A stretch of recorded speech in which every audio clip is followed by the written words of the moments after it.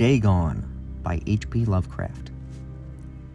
I am writing this under an appreciable mental strain, since by tonight I shall be no more, penniless, and at the end of my supply of the drug which alone makes my life endurable.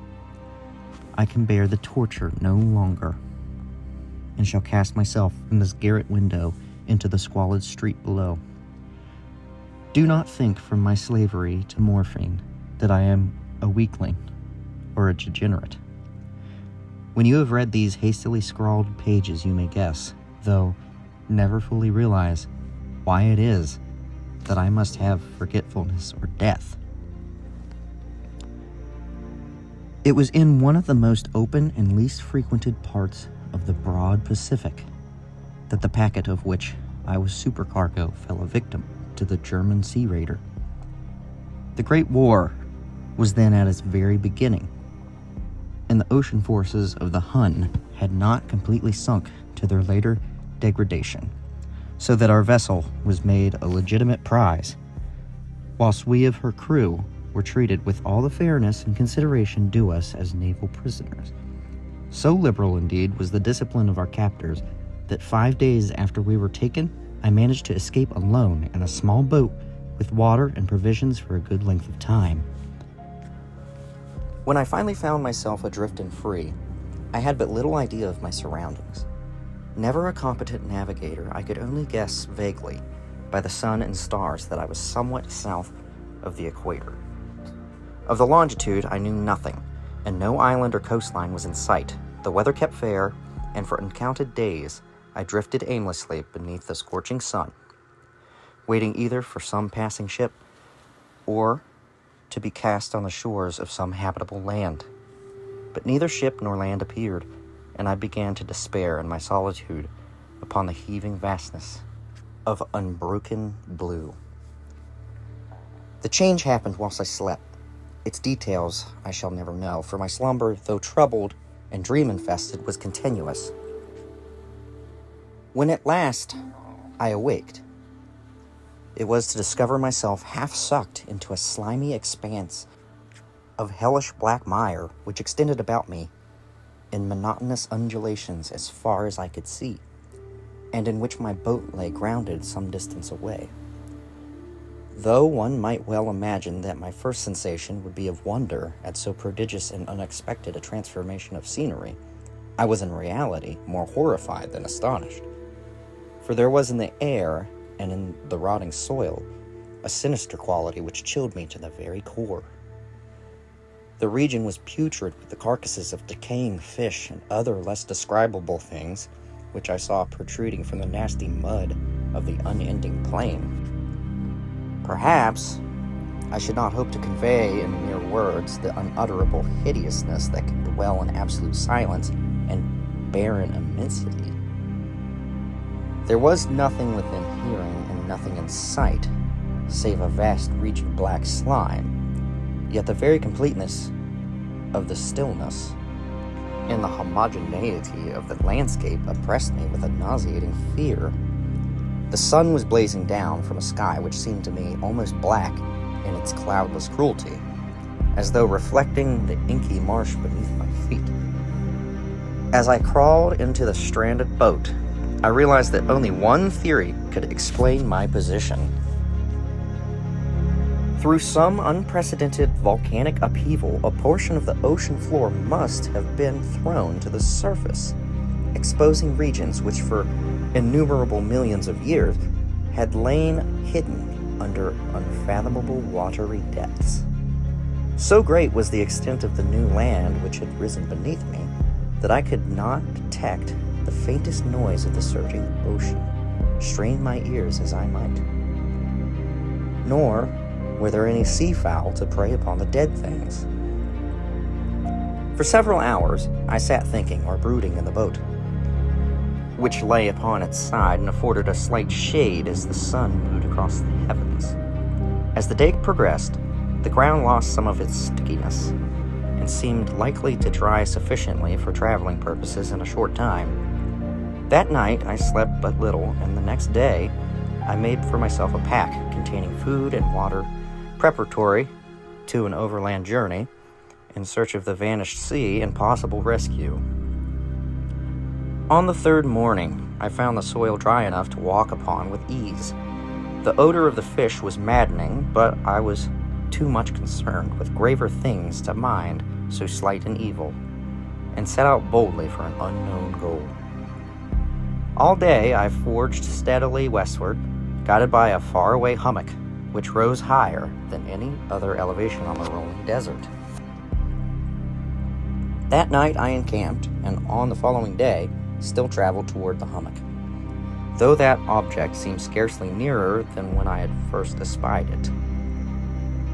By the fourth evening, I attained the base of the mound, which turned out to be much higher than it had appeared from a distance. An intervening valley setting it out in sharper relief from the general surface. Too weary to ascend, I slept in the shadow of the hill. I know not why my dreams were so wild that night, but ere the waning and fantastically gibbous moon had risen far above the eastern plain, I was awake in a cold perspiration, determined to sleep no more. Such visions as I had experienced were too much for me to endure again. And in the glow of the moon, I saw how unwise I had been to travel by day. Without the glare of the parching sun, my journey would have cost me less energy. Indeed, I now felt quite able to perform the ascent, which had deterred me at sunset. Picking up my pack, I started for the crest of the eminence. I have said that the unbroken monotony of the rolling plain was a source of vague horror to me, but I think my horror was greater when I gained the summit of the mound and looked down the other side into an immeasurable pit or canyon, whose black recesses the moon had not yet soared high enough to illumine. I felt myself on the edge of the world, peering over the rim into a fathomless chaos of eternal night. Through my terror ran curious reminiscences of Paradise Lost and of Satan's hideous climb through the unfashioned realms of darkness. As the moon climbed higher in the sky, I began to see that the slopes of the valley were not quite so perpendicular as I had imagined. Ledges and outcroppings of rock afforded fairly easy footholds for descent, whilst, after a drop of a few hundred feet, the declivity became very gradual. Urged on by an impulse which I cannot definitely analyze, I scrambled with difficulty down the rocks and stood on the gentler slope beneath, gazing into the Stygian deeps, where no light had yet penetrated. All at once my attention was captured by a vast and singular object on the opposite slope, which rose steeply about 100 yards ahead of me. An object that gleamed whitely in the newly bestowed rays of the ascending moon. That it was merely a gigantic piece of stone, I soon assured myself, but I was conscious of a distinct impression that its contour and position were not altogether the work of nature. A closer scrutiny filled me with sensations I cannot express, for despite its enormous magnitude and its position in an abyss which had yawned at the bottom of the sea since the world was young, I perceived beyond a doubt that the strange object was a well-shaped monolith whose massive bulk had known the workmanship and perhaps the worship of living and thinking creatures. Dazed and frightened, yet not without a certain thrill of the scientist's or archaeologist's delight, I examined my surroundings more closely. The moon, now nearer the zenith, shone weirdly and vividly above the towering steeps that hemmed in the chasm, and revealed the fact that a far-flung body of water flowed at the bottom, winding out of sight in both directions, and almost lapping my feet as I stood on the slope. Across the chasm, the wavelets washed the base of the cyclopean monolith, on whose surface I could now trace both inscriptions and crude sculptures. The writing was in a system of hieroglyphics unknown to me, and unlike anything I had ever seen in books, consisting for the most part of conventionalized aquatic symbols such as fishes, eels, octopi, crustaceans, mollusks, whales, and the like. Several characters obviously represented marine things which are unknown to the modern world, but whose decomposing forms I had observed on the ocean-risen plain. It was the pictorial carving, however, that did most to hold me spellbound. Plainly visible across the intervening water on account of their enormous size were an array of bas-reliefs, whose subjects would have excited the envy of a Doré. I think that these things were supposed to depict men, at least a certain sort of men, though the creatures were shown disporting like fishes in the waters of some marine grotto, or paying homage at some monolithic shrine which appeared to be under the waves as well. Of their faces and forms I dare not speak in detail, for the mere remembrance makes me grow faint. Grotesque beyond the imagination of a Poe or Bowler, they were damnably human in general outline, despite webbed hands and feet, shockingly wide and flabby lips, glassy, bulging eyes, and other features less pleasant to recall. Curiously enough, they seemed to have been chiseled badly out of proportion with their scenic background, for one of the creatures was shown in the act of killing a whale represented as but little larger than himself. I remarked, as I say, their grotesqueness and strange size, but in a moment decided that they were merely the imaginary gods of some primitive fishing or seafaring tribe. Some tribe whose last descendant had perished eras before the first ancestors of the Piltdown or Neanderthal man was born. Awestruck at this unexpected glimpse into a past beyond the conception of the most daring anthropologist, I stood musing whilst the moon cast queer reflections on the silent channel before me. Then suddenly I saw it. With only a slight churning to mark its rise to the surface, the thing slid into view above the dark waters. Vast, Polyphemus-like, and loathsome, it darted like a stupendous monster of nightmares to the monolith, about which it flung its gigantic scaly arms. The while, it bowed its hideous head and gave vent to certain measured sounds. I think I went mad then. Of my frantic ascent of the slope and cliff, and of my delirious journey back to the stranded boat, I remember little. I believe I sang a great deal and laughed oddly when I was unable to sing. I have indistinct recollections of a great storm sometime after I reached the boat.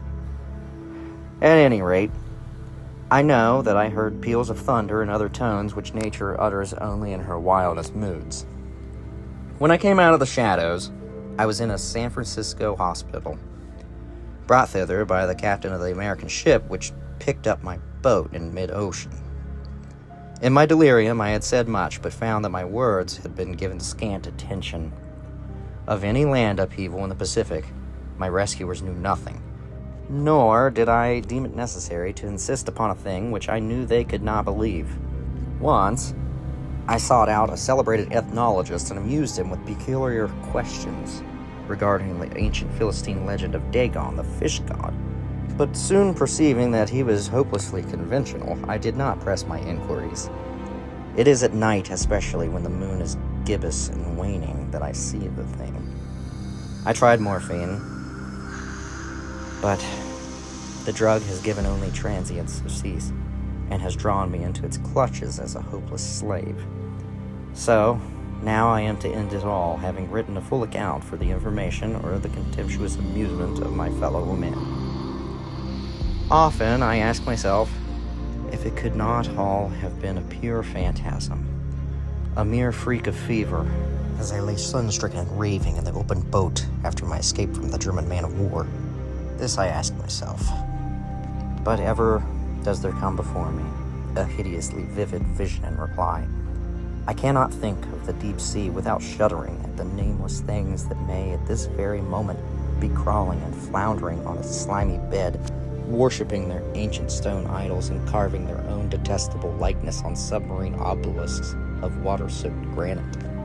I dream of a day when they may rise above the billows to drag down in their reeking talons the remnants of puny, war-exhausted mankind.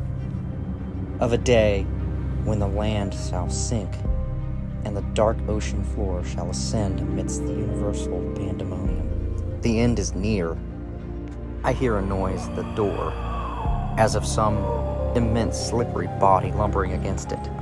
It shall not find me. God! The hand